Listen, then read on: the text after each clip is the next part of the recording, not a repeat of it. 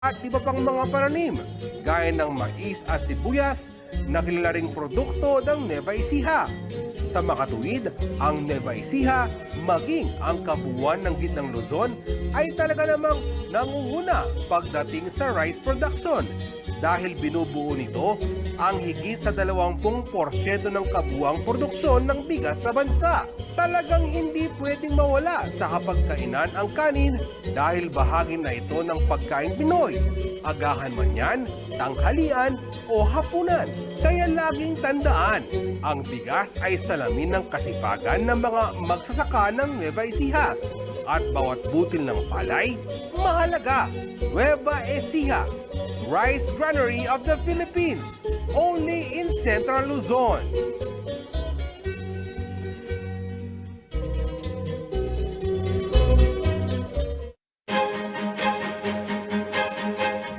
Para sa most development-oriented talk or discussion program, ang pinili ni na Scott Ista ay ang So to Speak COVID-19, Bigat ng Laban, Pasa ng Kababaihan ng CLTV 36. Nais naming pasalamatan ang mga bumubuo ng UPLB Gandingan sa katatalang iginawat ninyo sa aming programang So to Speak. Nais ko rin gamitin ang pagkakataong ito upang ipahayag ang taus-pusong pasasalamat at pagpapahalaga sa lahat ng mga women health workers at mga kababaihan sa mga komunidad. Mula sa pangangalaga sa kanilang mga pamilya hanggang sa pangunguna sa iba't ibang larangan, hindi matatawaran ang serbisyo at sakripisyo ng mga kababaihan sa pagsugpo sa pandemyang ito at pagharap sa mga hamon ng maling pamamahala. Madalas, hindi lang oras, galing at kaalaman ang kanilang iniaalay, kundi maging ang kanilang sariling buhay. Kayo ang aming inspirasyon upang patuloy na tumugon sa mga hamon ng panahon. Makakaasa kayo ng CLTV 36 ay patuloy na magiging tulay upang maiparinig ang saloobin ng taong bayan, lalo na yung mga walang boses sa ating lipunan. Maraming salamat sa galingan at sa mga tagapagtangkilik ng aming istasyon. Dakal na salamat po.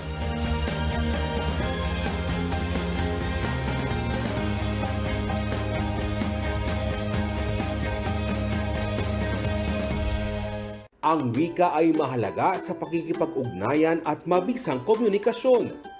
Sa buong mundo, mayroong halos 6,500 wika. Umaabot naman sa mahigit kumulang 175 ang wika sa ating bansa. 8 rito ang itinuturing na major language o mga pangunahing wika na ginagamit sa iba't ibang lugar. At kabilang sa mga pangunahing wika ay ginagamit sa mga lalawigan ng Gitnang Luzon. Gaya sa Pampanga, kung saan maririnig ang Kapampangan. Maya Paba, kumusta? Malaus Kopo. Mangantana. Sa Tarlac, Bataan at Bulacan, may mga nagsasalita rin ng Kapampangan. Habang sa Nueva Ecija at Zambales, maririnig ang Ilocano at Sambal. Ay ayaten ka. Naku, salamat. Kasiguranin naman ang wika sa bayan ng Kasiguran sa Aurora at wikang agta ang ginagamit ng mga katutubo sa mga bulubunduking lugar. Habang Tagalog pa rin ang pangunahing wika sa Bulacan, maging sa Bataan, Nueva Ecija, Zambales at Aurora. Ang mga wikang maririnig sa Central Luzon ay bahagi ng ating kultura, kaya dapat natin itong pahalagahan, mahalin at ipagmalaki.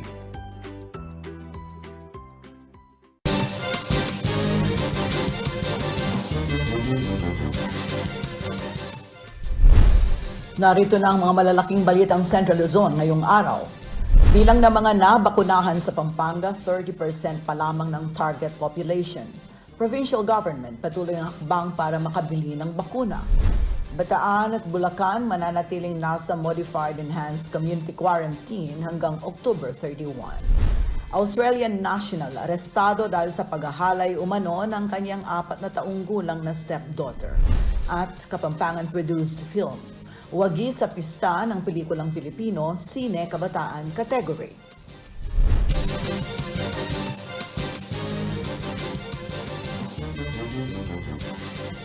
Magandang gabi, karehiyon. Ako si Justin Dizon at sa kalat po ni Binibining Sonia P. Soto. Oras na para sa mga mainit na balitang Central Luzon. Muling pinalawig ang umiiral na Modified Enhanced Community Quarantine Status sa mga lalawigan ng Bulacan at Bataan. Ito'y sa kabila ng bumababang kaso ng COVID-19 sa mga nasabing lugar. Ayon sa IATF, patuloy ang kanilang paghigpit upang mas makontrol ng virus at magkaroon daw ng mas masayang Pasko ang mga Pilipino. Narito ang report.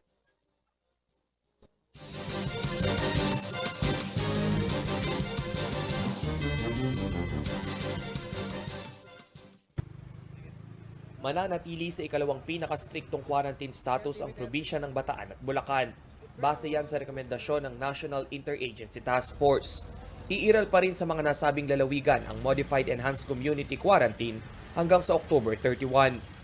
Sa Bulacan, kahit pa may downward trend o pababa na ang bilang ng COVID-19 cases, hindi mo na ito nangangahulugan na pwede nang luwagan ang mga health at safety protocols. Hanggat hindi umano nakokontrol ang pagkalat ng virus ay dapat pa rin maging maingat ang mga Bulakenyo. Sana po ay ipagpatuloy natin ang ating pag-iingat para tuloy-tuloy po siyang bumaba at mag-plateau na siya, mag-flatline po tayo para po maging masayang-masaya ang ating Pasko. Sa kanilang October 13 data, bumaba na sa 3-digit figure ang aktibong kaso na kanilang binabantayan. 895 active cases at 97% o 77,862 na ang nakarecover na Bulakenyo mula sa COVID-19, habang 1,339 naman ang namatay. 143 Bulakenyong COVID patients din ang kasalukuyang minomonitor sa mga ospital. 257 ang nasa quarantine facility at 495 ang naka-home isolation. So kung ikukumpara po natin sa buwan ng Setyembre na 365 ang average daily cases natin, as of October 13 ay 133 na lamang po. So bumaba ng 64% yung dami ng kaso na nakikita natin sa araw-araw. Mayroon namang 79 Delta cases ang naitala sa buong lalawigan, subalit ayon sa Provincial IATF, isa na lamang ang aktibong kaso sa nasabing bilang. Samantala, bumababa na rin ang trend ng COVID cases sa Bataan. Ang nasa 4,000 aktibong kaso noong mga nakakaraang buwan, bumaba na sa 1,774 ngayon. Malaki pa rin naman kung tutuusin ang bilang, subalit malaking tulong daw ang mass vaccination drive sa buong lalawigan para sa pagbaba ng COVID cases. Sa 257,205 na Bataenyong fully vaccinated, 1.5% o 3,887 lamang daw ang nagpositibo sa COVID-19 at malaking porsyento ng bilang ay mild cases. Ang ilang paaralan sa lalawigan tulad ng Blessed Regina Prothman Catholic School sa Mariveles ay ginawa na ring vaccination site upang mas maraming Bataenyo pa ang mabakunahan kontra COVID. Sa kasalukuyan, higit 20 na ang vaccination area sa probinsya bukod pa sa mga umiikot na vaccine on wheels. Target naman daw mabakunahan ang higit 1 milyong Bataenyo upang makamit ang herd immunity. Rainiel Pawid, CLTV News. Tumago naman tayo sa lalawigan ng Tarlac kung saan higit 800 COVID-19 recoveries ang naitala sa loob lamang ng isang linggo. Liban dito, bumaba na rin ang naitatalang bagong kaso kada araw. Maliwanag ng mga eksperto, malaking bagay ang pagkakaroon ng bakuna para makaiwas sa matinding epekto ng novel coronavirus sa ating pangangatawan. Ang COVID situation sa Tarlac, alamin natin sa ulat ni Rainiel Pawid.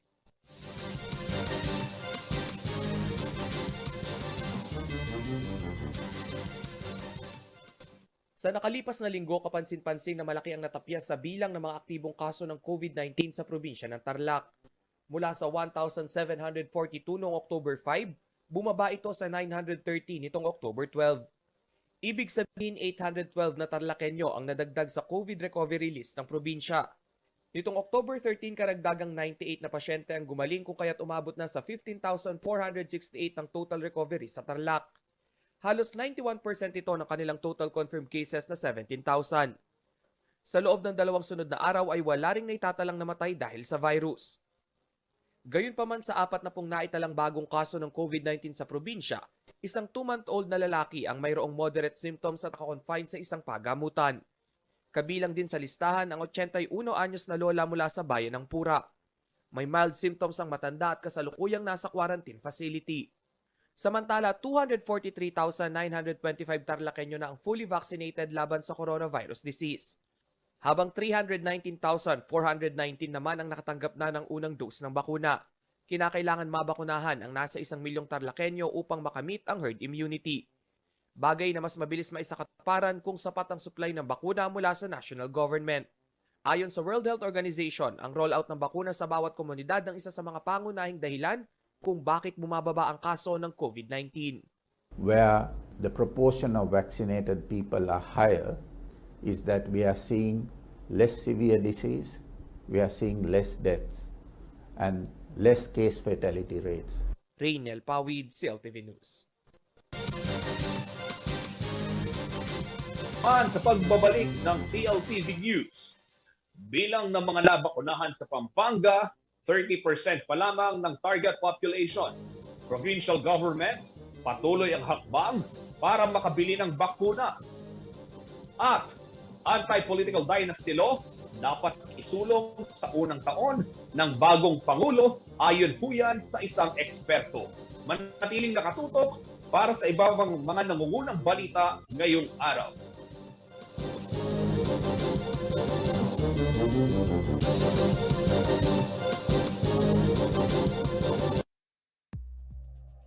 This program was brought to you by Shore 360.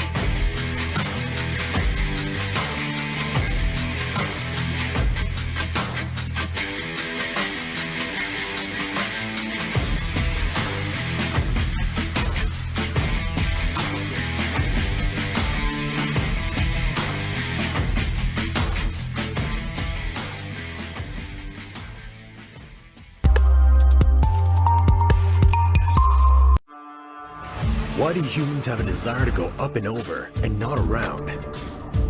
For some, it's not just about going against the tide, but also being over their doubts about the world and knowing that they can make it better. Truth is, we go up and over what's ahead of us so we can overcome the biggest obstacle, ourselves. New Ford Ranger FX4 Max. Live the Ranger life.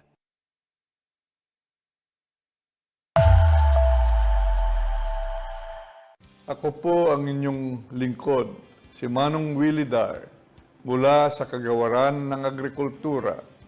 Akin po kayong inaanyayahan na tumutok sa Agri-Balita, Central Luzon, dito sa CLTV 36 upang maging updated sa mga balitang magsasaka at mangingisda.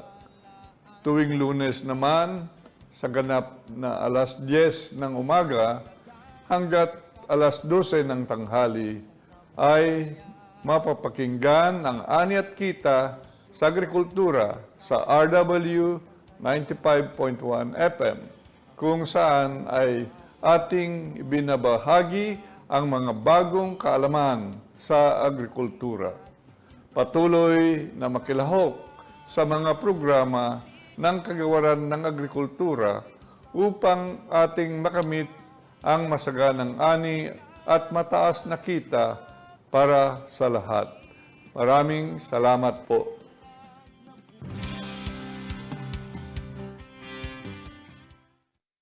Ang wasto at regular na paghuhugas ng kamay ay ang pinakamabisang paraan para makaiwas sa COVID-19. Sundin lamang ang mga simpleng hakbang. Hugasan ang inyong mga kamay gamit ang sabon at tubig. Kuskusin mabuti ang inyong mga kamay. magsimula sa palad hanggang sa pagitan ng mga daliri at likod ng kamay. Gawin ito sa loob ng 20 segundo. Panlawang mabuti ang inyong mga kamay at patuyuin ito gamit ang malinis na tuwalya. Laging tandaan, ang tubig ay sandata laban sa COVID-19. Ugaliing maghugas ng kamay sa wastong pamamaraan. Ang paalalang ito ay hatid sa inyo ng Prime Water.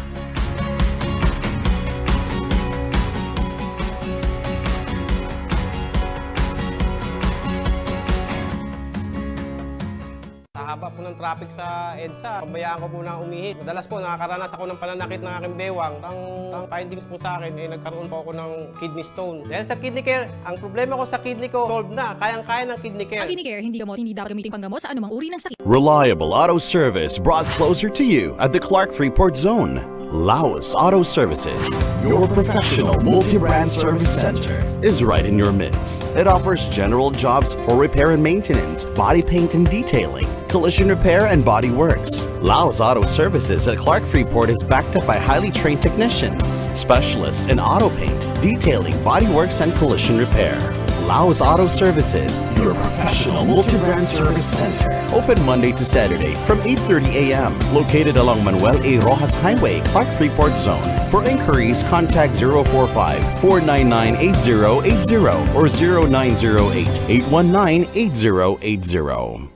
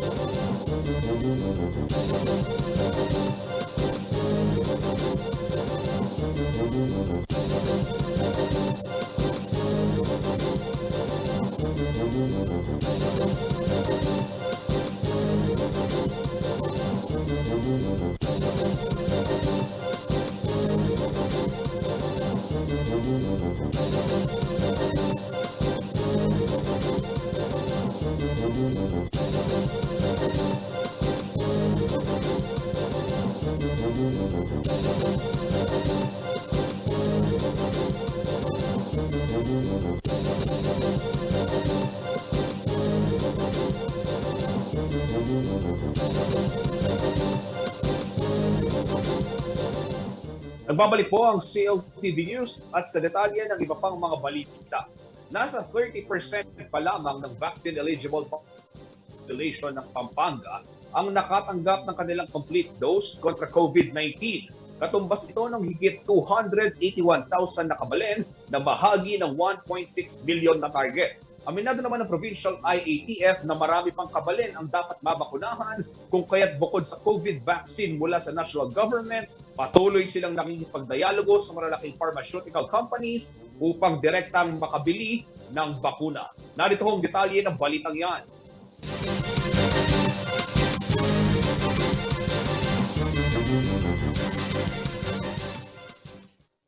Itinuturing na economic hub ng Gitnang Luzon. Libo-libong manggagawa mula sa iba't ibang panig ng bansa ang narito. Yan ang Pampanga, na isa rin sa may pinakamaraming populasyon sa rehiyon. Base sa 2020 census, umabot na sa 2.4 million ang naninirahan sa lalawigan. At isa sa mga programa rito ay ang pagbabakuna sa mga residente laban sa nakamamatay na COVID-19. Nitong October 11, nasa 281,586 pa lamang nakapampangan ang fully vaccinated kontra COVID. Habang 330,551 naman ang nakatanggap ng first dose. Kabilang na riyan ang 4th-year college student na si Mary Cabais. Ayon kay Cabais, isang malaking hakbang ang pagpapabakuna upang maprotektahan ang kanyang sarili, kapamilya at maging ang mga taong makakasalamuhan niya. Safe po yung pakiramdam ko kasi po nakabakuna na kami, parang may protection na po para kontra COVID. Pero kahit na po na nabakuna na, kailangan pa rin po namin mag-ingat, lalo na po ngayon, di ba? Nasa 1.6 million ang total eligible vaccine population ng Pampanga at sa kasalukuyan 30% pa lamang sa bilang ang nakatanggap ng full dose ng bakuna. Ayon kay Governor Dennis Pineda, maraming kapampangan pa raw talaga ang dapat mabakunahan sa lalong madaling panahon. Bukod sa mga bakuna mula sa national government, direkta na rin bumili ang Pampanga ng COVID vaccines mula sa mga malalaking pharmaceutical company. May mangilan-ngilan na rin umano ang dumating na sa lalawigan noong nakaraang buwan. Roughly siguro doon sa nabili natin, mga 20,000 at inuuna natin yung business sector dyan. Sa October 12 COVID data ng Pampanga, umabot na sa 46,597 ang kumpirmadong kaso sa lalawigan, 3,521 ang active cases, 2,419 ang namatay at 40,657 ang gumaling na. Rainiel Pawid, CLTV News.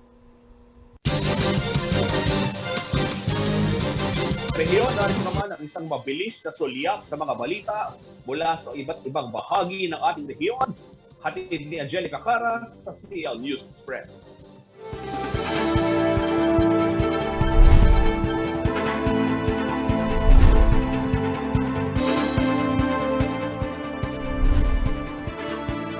Naipamahagi na ang kabuuang 17 million pesos na halaga ng benepisyo sa mga nagbalik loob na sa pamahalaan sa ilalim ng Enhanced Comprehensive Local Integration Program o ECLIP sa Gitnang Luzon. Batay sa pahayag ni DILG Region 3 Monitoring and Evaluation Division Chief Larry Hernandez, nasa 230 na dating kasapi ng New People's Army at 158 na dating bahagi ng militar ng bayan ang sumuko na sa buong rehiyon mula 2018 hanggang 2021. Upang matulungan na magkaroon ng bagong buhay ang mga nagbalik loob, iba't ibang programang ipatutupad ng lokal na pamahalaan at iba pang sangay ng gobyerno. Samantala, 75 benepisyaryo pa ang nakatakdang tumanggap ng benepisyo mula sa ECLIP. Sa kabilang banda, nakumpleto na ng Department of Public Works and Highways o DPWH ang 2 farm-to-market road sa Barangay Buted, Bayan ng Talugtog at sa Latap, Quiapo sa Nueva Ecija. Mas mapapadali raw ang nasabing proyekto ang pagbiyahe ng mga produkto ng mga magsasaka at makatutulong na mapaunlad ang mga lokal na komunidad. Ayon kay Armando Manabat, OIC District Engineer, nagkakahalaga ng 21.63 million pesos ang proyekto na may habang higit sa 2 kilometro na kanilang naipatupad sa pakikipagtulungan ng Department of Agriculture. Samantala, nakibahagi ang 44 micro, small and medium enterprises o MSMEs mula sa lalawigan ng Tarlac sa likha ng Central Luzon Hybrid Trade Fair 2021. Nagsimula ang aktibidad noong October 13 at tatagal hanggang October 17. Inorganisa ng DTI, katuwang ang PhilExport, Regional Development Council, Central Luzon Growth Corridor Foundation Incorporated, SM at Walter Mart ang nasabing trade fair.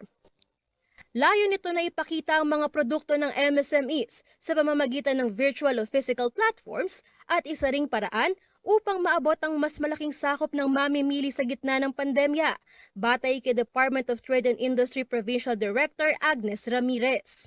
Nasa 21 ang pumili na ipakilala ang kanilang produkto online, habang 23 naman ang nagbenta ng kanilang produkto sa SM City Tarlac kung saan tampok ang mga lokal na produkto tulad ng pottery, woodcrafts, perfume, alcohol, sanitizers, calamansi juice products, natural pork meat processed food, peanut butter, burong hipon at iba pa.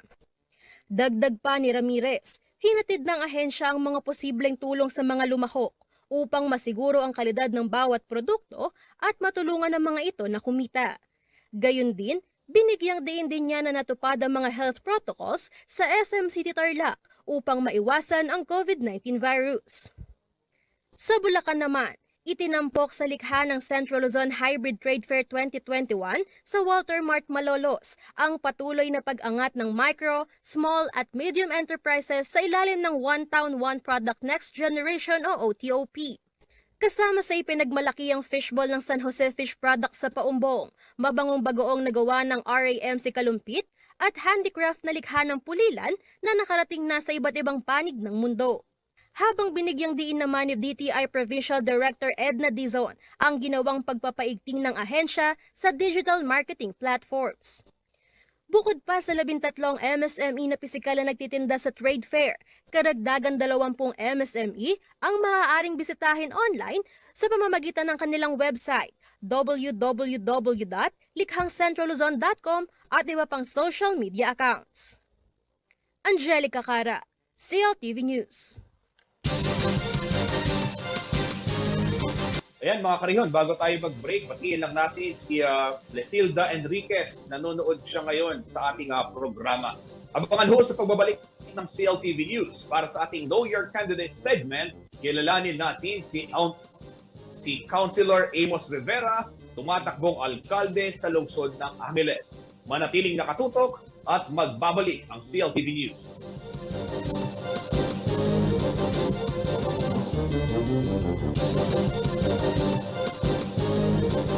Our superheroes don't wear capes.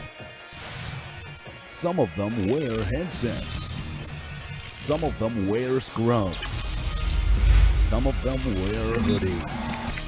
Some work in offices and some at home. Everyone wears a smile. If you are conscientious, focused, and willing to give an opportunity a go, we want you. Join the superheroes of Shore 360. Apply at jobs360.com.ph.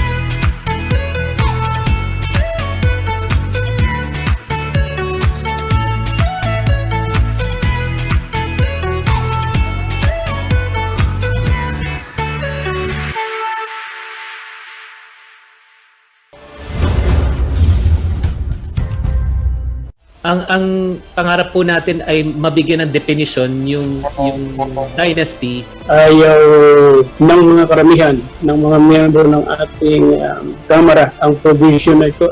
Parang sinasabi natin, parang politics is also business. Diba? Iba't ibang mga pananaw ukol sa political dynasty. Samahan si Sonia P. Soto sa Perspektiba ngayong Biyernes, alas 4 ng hapon sa CLTV at live sa CLTV Facebook page.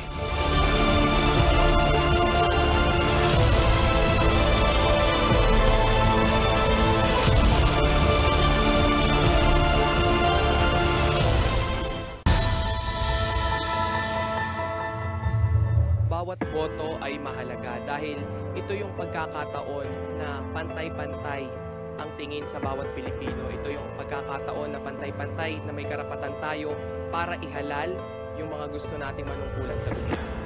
Ang hindi pagboto ay pagsasantabi ng isang karapatan para maihalal nga natin yung mga nararapat na maging opisyal ng gobyerno para makapili ng mga susunod na mga leader na mamumuno sa ating bansa na mayroong vision para maging maayos nga yung panunungkulan o yung isang administrasyon. Kung gusto niyo pong baguhin na yung buhay niyo at magbago na yung ekonomiya ng bansa, ito na yung pagkakataon para magparehistro tayo at bumoto para sa magiging tamang liderato ng bansa.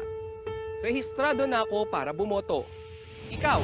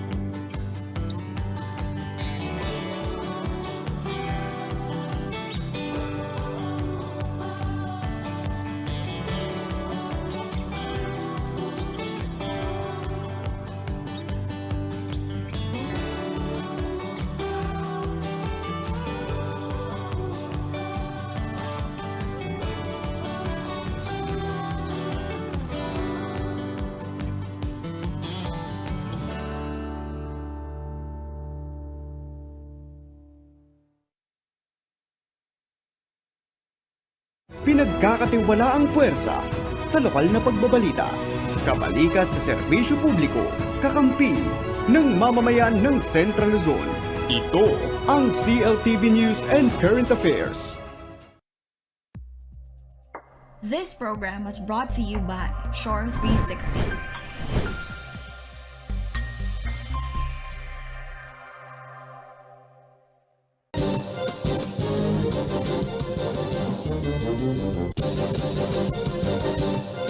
Nagbabalik po ang CLTV News matapos makakumpleto ng 3 termino bilang miyembro ng konseho ng Angeles City. Sasabak ngayon si Councilor Amos Rivera sa mayoral race ng nag-iisang highly urbanized city dito sa Pampanga.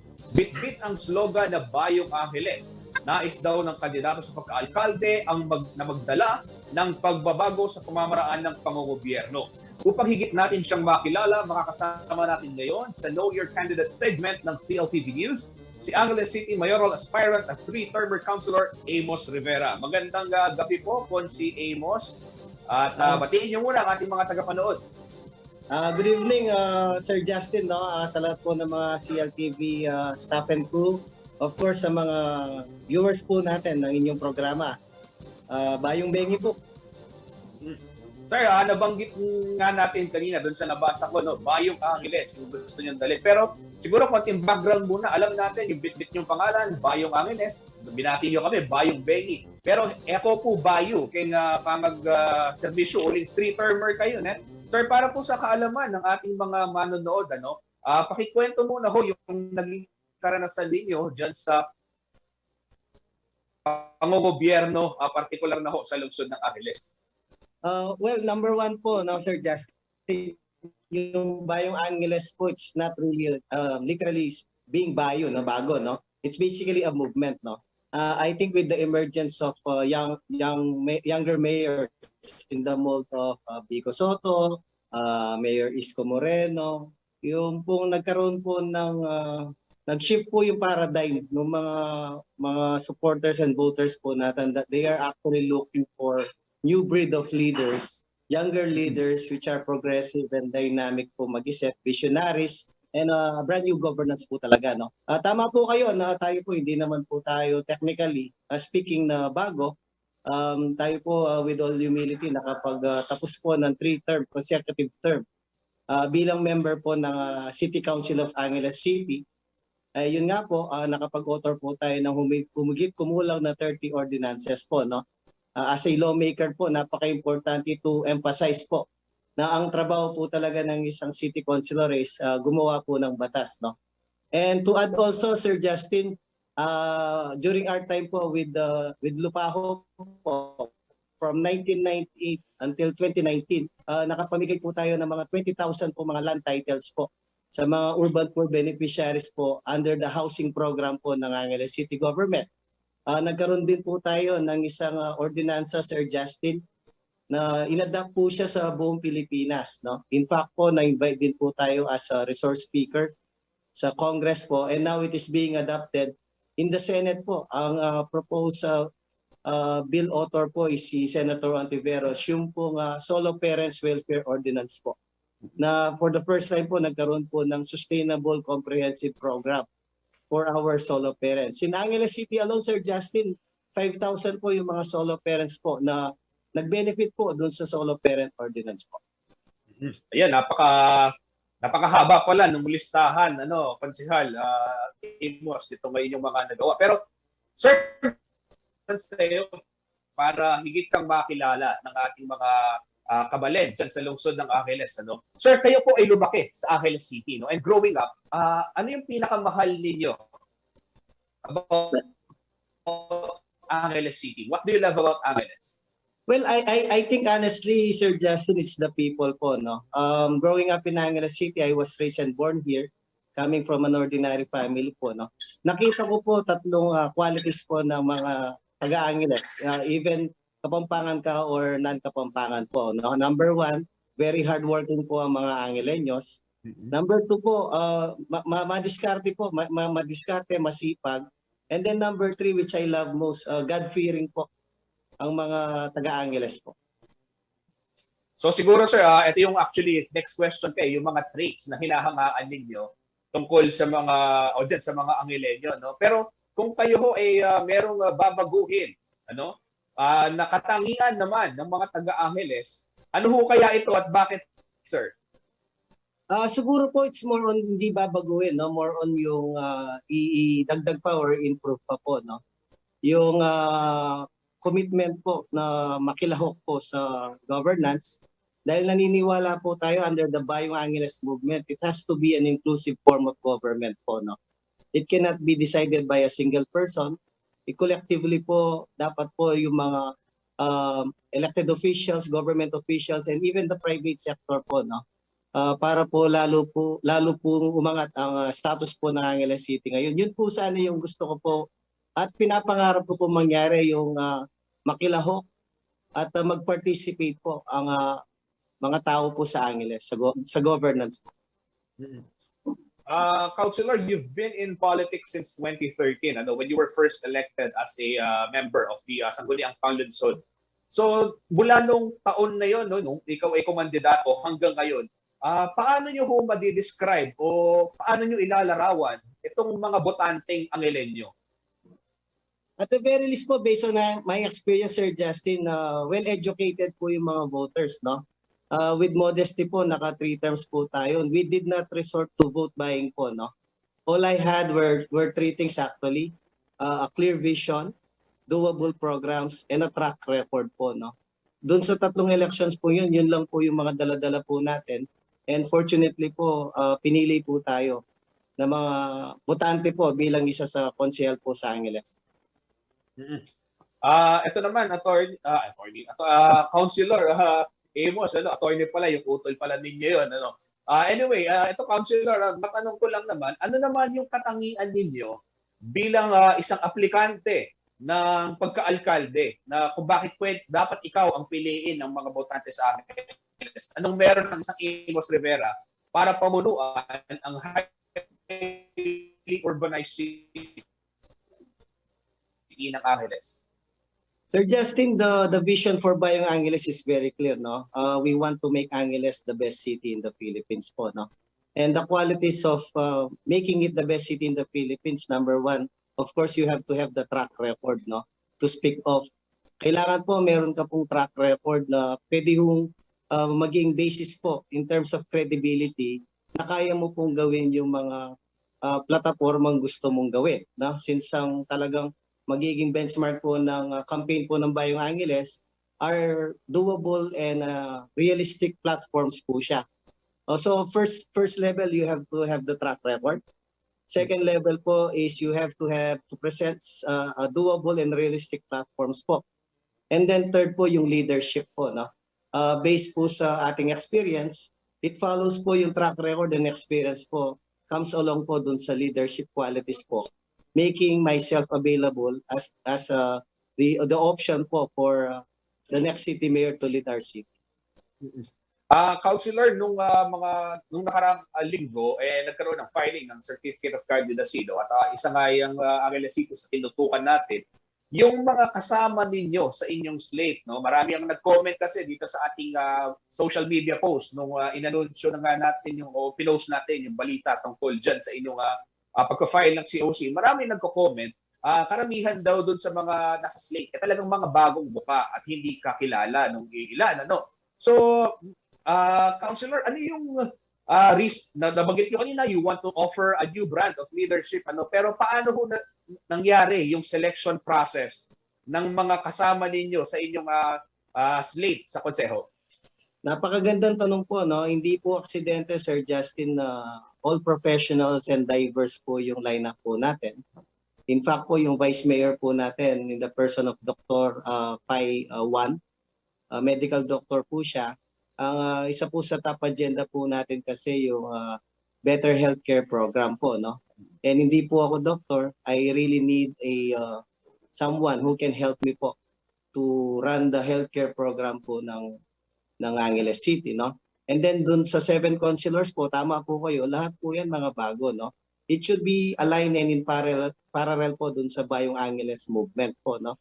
Meron po tayo dyan na teacher na hahawak po sa education program. Meron din po tayong architect na siya po mag-handle po sa infrastructure. Meron din po tayong lawyer. Alam naman po natin, lawmaking po ang trabaho sa konseho. Meron din po tayong police officer. Sa peace and order naman po ang kanyang hawakan and women's sector. Meron din po tayong tricycle driver, actually, Sir Justin, no? Na would represent po yung transport sector. Meron din po tayong chef and a businessman po. That would help me po dun sa economic and business recovery program. So kung titignan po natin po yung candidates po ng Team Bayong Angeles, I am proud to say na hindi ho, for me it's an advantage na bago po sila. Because wala po silang record of any form of corruption or whatnot. And at the same time po, mga experts po sila doon sa mga kanilang fields, and yun po ang pwede nilang i-offer o i-contribute po sa city government once elected.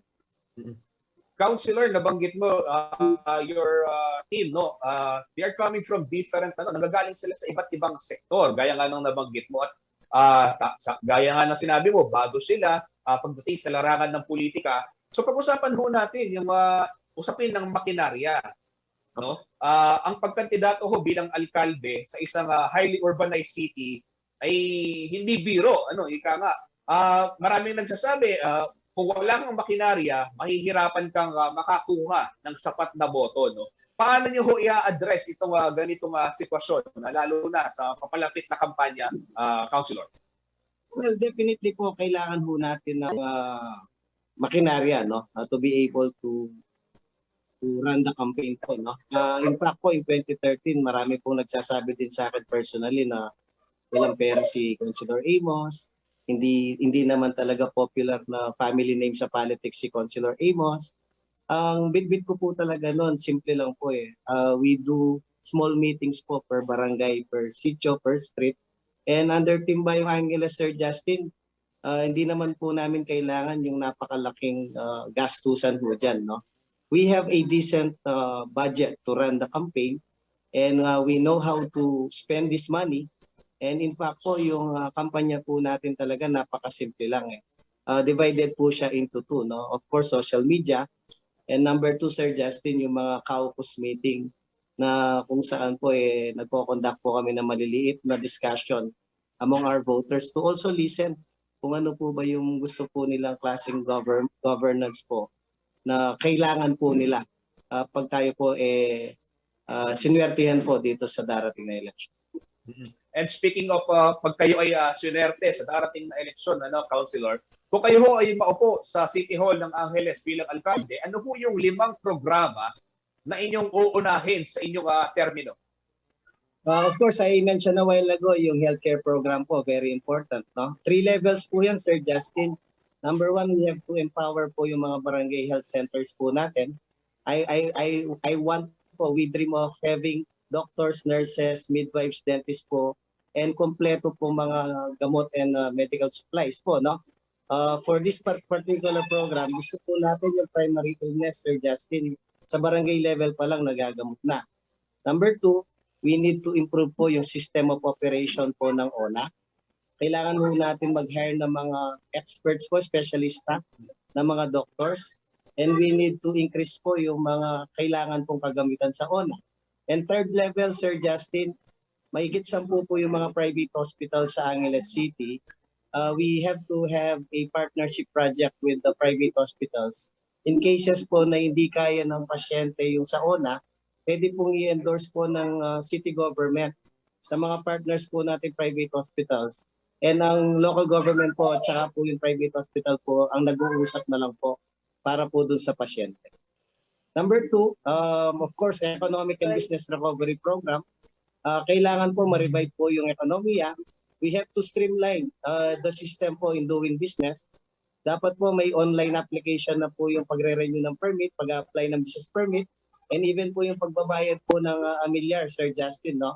Of course, we need to encourage investors here. Pag dumami po yung investments dito, gagawa po tayo ng ordinansa na kung saan po at least 70% po ng mga hiring po ng mga empleyado dapat po taga Angeles City po, no? Napaka-importante din po na dapat nakaprepare po tayo in cases na mag-boom na po yung ekonomiya. We have to develop a skills training program po, no?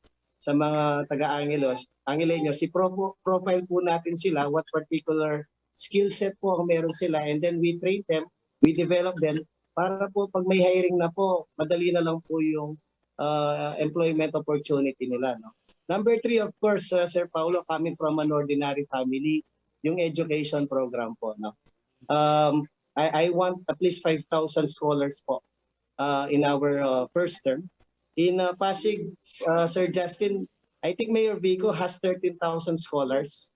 Hamak naman po kasi malaki ang budget ng Pasig, nasa 8 billion budget po siya per year. Ang Angeles City po, Sir Justin, 2.6 billion annually po tayo. I think very realistic po yung 5,000 scholars, at least during our first 3 years. And hindi lang po tayo isolated doon sa 4-year courses po, no? Bibigyan din po natin sila ng opportunity for the 2-year courses, 1-year, tech voc, and yun nga po yung skills training. And to note also, Sir Justin, kailangan din natin pag-aralan kung paano po natin pwedeng ayusin yung maintaining grade kasi I think it's too high. Right now po kasi para daw pumasok ka sa scholarship program, dapat 87% yung maintaining grade po ng estudyante. I think we have to somehow adjust this grade po, no? Baka kasi hindi kakayanin din po ng mga ibang estudyante, no? Fourth po, of course, yung infrastructure program, no? In terms of making it appealing sa mga investors, dapat po maganda po yung infrastructure system po natin, no? And pangalawa po, yung pong disaster and emergency program po. Meron po tayong council na emergency expert.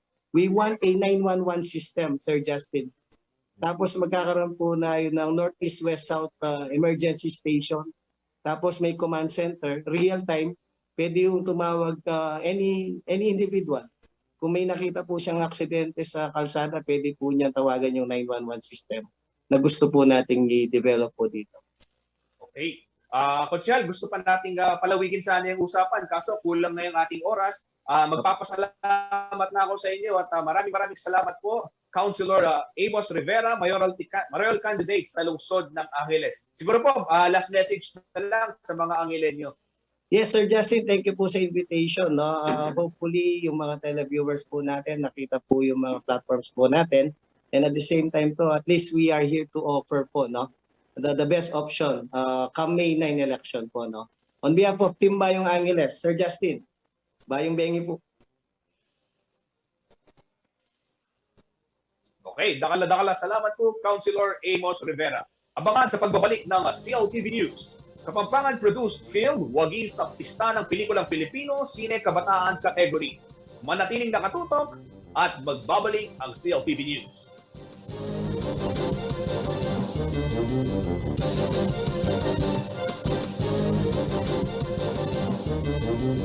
Para malabanan ang COVID-19, ang kailangan natin ay tama at totoong impormasyon, hindi fake news. Huwag kaagad maniniwala sa nababasa at naririnig. Ang pagkalat ng mga maling paniniwala tungkol sa COVID-19 ay nagdudulot ng panik, takot at maling desisyon. Laging i-double check kung saan nanggaling ang nabasa o narinig. Maging mapanuri at i-share lamang ang tamang impormasyon.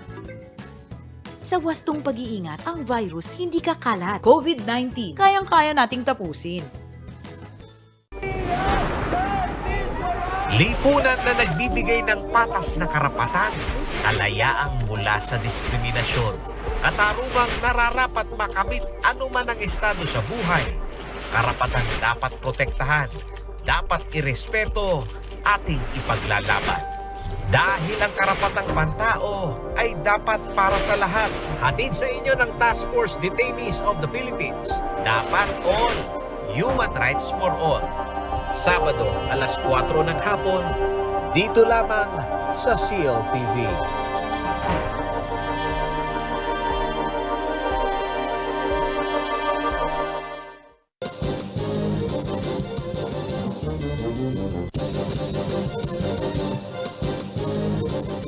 Nagbabalik po ang CLTV News at sa iba pang mga balita. Malaking oportunidad umano ang national elections para sa pagsusulong ng anti-political dynasty law. Ayon kay Dean Ronald Mendoza ng Ateneo School of Government, kung ang mananalong Pangulo ay may political will, sa unang taon pa lamang sa pwesto ay maaari na itong gumawa ng aksyon para pigilan ang monopolyo sa gobyerno. May detalye ng balitang yan si Angelica Cara.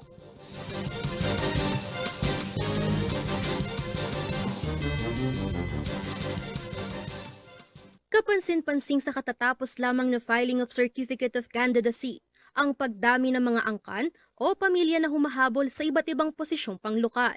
Sa bawat probinsya ng Central Luzon ay may pamilyang may higit sa 2 miyembro ang nagpasa ng kandidatura.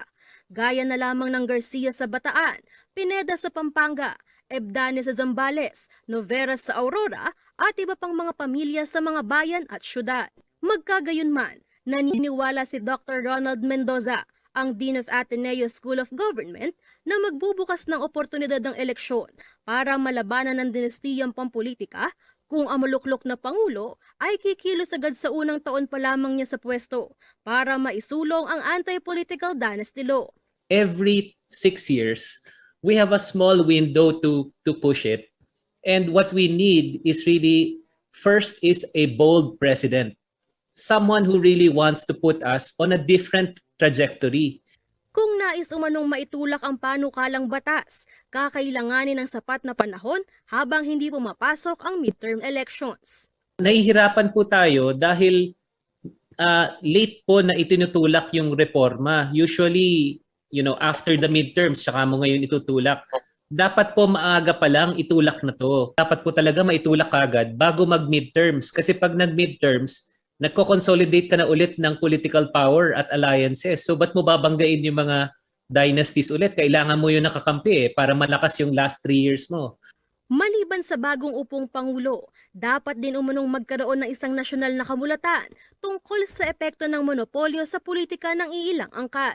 Isang malaking national movement, for lack of a better term, na sana po ay may kamulatan na hindi po tayo pwedeng ganito lang na paulit-ulit, na tuwing may krisis tayo, nangangailangan tayo ng mga patron.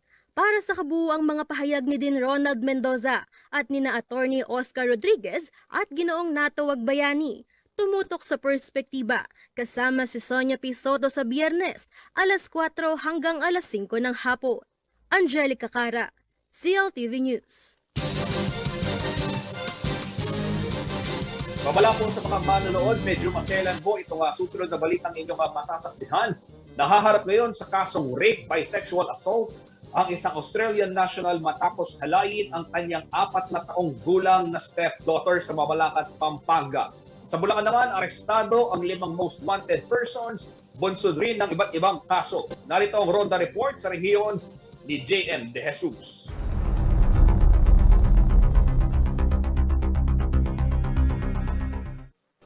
Arestado isang Australian national na itinuturing na top 7 most wanted person sa lungsod ng Mabalacat, Pampanga nitong Miyerkules, October 13. Nahaharap sa kasong rape ang 72-year-old suspect na si Jeffrey John Chapman, residente ng Barangay San Joaquin. Batay sa ulat ng pulisya, ginahasa umano ni Chapman ang kanyang 4 na taong gulang na stepdaughter, kaya isang manhunt operation ang ikinasa ng pinagsamang puwersa ng Mabalacat at Angeles PNP. Nahuli sa isang hotel sa Barangay Malabañas, Angeles City si Chapman sa bisa ng warrant of arrest na inisyu ni Judge Katrina Nora S. Buan ng Family Court Branch ng Angeles City at haharap sa kasong rape by sexual assault na may piyansang 200,000 piso. Nasa kustodiya ngayon ng Mabalacat Police ang sospek. Sa lalawigan naman ng Bulacan, nasa kustodiya na ng otoridad ang 5 most wanted na sina Alberto de Ocampo ng Lawa Obando sa kasong paglabag sa RA 9262 o Anti-Violence Against Women and Their Children. Elizabeth Adap ng Muzon, San Juan del Monte sa paglabag sa RA 7610 o Anti-Child Abuse Law. Paulo Salinas, residente ng Santo Niño 2, San Juan del Monte dahil sa kasong direct assault upon an agent of a person in authority. Kmart Buhat ng Upper Big Ten or Zagaray sa kasong reckless imprudence resulting in damage to property. At Ricardo Garcia Jr. ng Rueda Plaridel, Bulacan para sa unjust vexation. Habang arestado naman sa isang entrapment operation sa Poblacion Baliwag and Banga First Plaridel, Bulacan, ang 3 sospek na kabilang sa pagpupuslit ng mga imported at hindi rehistradong sigarilyo. Kinilala ang mga ito na sina Manuel Tolentino Jr., residente ng Virgen de las Flores, Baliwag, Josefina San Pedro ng Tabang, Plaridel, at Rodrigo Ladipe ng Poblacion Plaridel. Nakumpiska sa mga ito 150 rims at 5 boxes ng sigarilyo. Kaugnay nito, napasa kamay rin ng pulisya ang 2 individual matapos rumisponde sa 2 magkahiwalay na insidente sa Balagtas sa Torcegaray. Huli sina Darwin Agaw ng Bitunggol, Norcegaray sa kasong frustrated homicide at Glenn Oliver Marcelo naman ng Panginay Balagtas para sa malicious mischief. JM De Jesus, CLTV News. At sa iba pang mga balita, tumanggap ng parangal sa katatapos lamang na pista ng pelikulang Pilipino ang pelikulang Love in the Ungodly Hour, isang Kapampangan-produced film. Ayon sa direktor na si Bradley Jason Pantaco, hindi raw madali ang paggawa ng pelikula ngayong may pandemya, ngunit sulit naman daw ang kanilang pagod dahil sa pagkapanalo. Kilalanin natin siya at ang kanyang pelikula sa report ni Jennifer Salenga.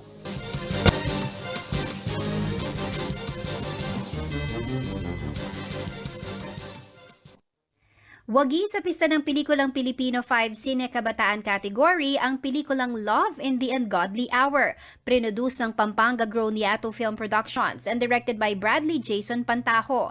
Nasungkit ng nasabing short film ang Audience Choice Award at Best Director Award. Mixed emotions po actually, pero sobrang fulfilling po nung experience na parang ang ganda rin ng validation as an artist na parang you're doing something right. Diba, na-acknowledge din nila yung vision mo, yung effort mo as a director. And I'm just really happy po. Ang Love in the Ungodly Hour o Love It Too ay tungkol sa relasyon ng 2 karakter na sina Mark at Feo na makakahanap ng pagmamahal, pagpapatawad at pag-unawa. Actually, a Love in the Ungodly Hour po is this simple story of a young lover who separated after one of them tested positive for HIV. So parang years later, the other one comes back asking for forgiveness and companionship na hindi niya nabigay sa relationship nila before. Kwento ng direktor na si Pantaho, sulit na sulit ang pagod ng kanilang team dahil sa panalo. Hindi raw naging madali ang pagbuo sa pelikula dahil isinut ito sa gitna ng pandemya. Ang daming restrictions nung lalo na nung nag-shoot kami na kailangan ilang tao lang ang nasa set, ganyan. So, we really had to rethink and redevelop the script in a way na make sure namin na makakapag-work kami ng safely. Halos mag-iisang taon din namin siyang dinevelop. Kahit napakaikling pelikula, ang tagal ng panahong inilalaan para lang mapulido ang isang pelikula. And we are just really grateful na nagbunga yung paghihirap namin as a team and as a production. And ayun, we are just really grateful na ganito yung kinalabasan. Malaki naman ang pasasalamat ni Pantaho sa brainchild ng Yato Production ng Love It 2. Walang iba kundi ang internationally acclaimed and multi-awarded Kapampangan filmmaker na si Carlo Catu. Malaking inspirasyon daw si Catu kay Pantaho pagdating sa paggawa ng pelikula. Si Direk Carlo Catu po, of course, kasi lalo na nung nakatrabaho ko siya dito sa Love It and Godly Hour, sobrang hands-on niya sa trabaho and he's really there, you know, to help you and to guide you sa journey mo na ito. And ayun, sobrang nurturing niya rin sa production. I want to be that kind of director na doesn't kill an idea. He always asks na parang, how can we make this work? Na ganun yung nafe-feel ko when I'm working with him. And I really want to be that kind of director. You know, na nagpapahalaga sa boses at sa truth ng bawat ng filmmakers at naniniwala sa kaya nilang ibigay. May magandang balita namang hatid si Pantaho para sa mga taga-subaybay ng Love in the Ungodly Hour. We are currently working on a longer version of Love in the Ungodly Hour po with Direk Carlo Catu, and we're currently developing a more longer version of this short film na we are just really excited to explore pa yung possibilities na kayang maibigay ng storya. And sana suportahan niyo pa rin itong journey ng film na ito. Jennifer Salenga, CLTV News. Yun, congratulations Direk Bradley at syempre sa aking kaibigan Direk Carlo Catu. Congratulations sa inyo. Samantala, alamin naman natin ang magiging lagay ng panahon bukas mula kay Ginoong Manny Esguerra, ang Chief Weather Forecaster ng Pag-asa Clark.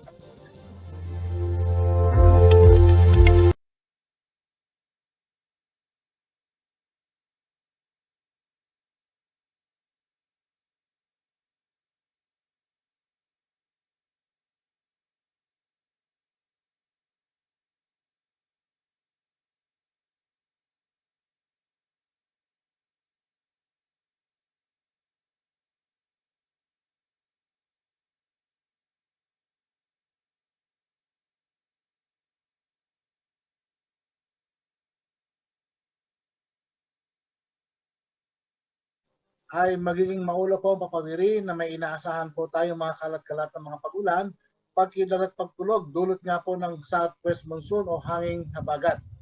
Samantala po, natitirang bahagi ng bansa ay magiging bahagi hanggang sa kuminsan ay magiging maulap ang papawirin.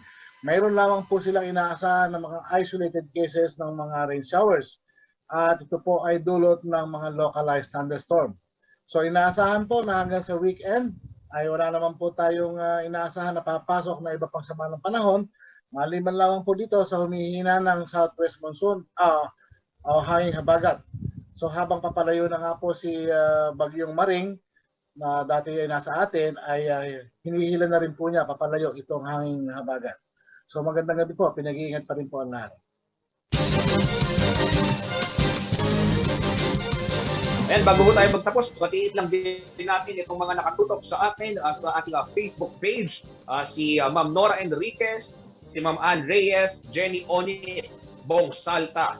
At syempre, binabati ho namin ng maligayang kaarawan si Kapitana Aiden Sese, ang aming kasamahan dito sa CLTV 36. Happy birthday!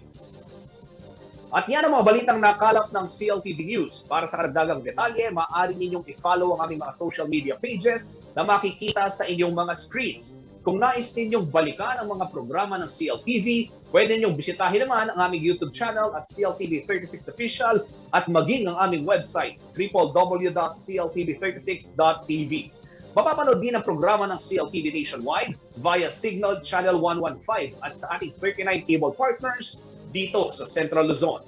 Sa ngalan po ni Binibining Sonia P. Soto, ako po si Justin Dizon at sa ngalan din ng buong pwersa ng CLTV News and Current Affairs. And ako, gutom na ako. Mga karehiyon, 72 days na lamang po at Pasko na.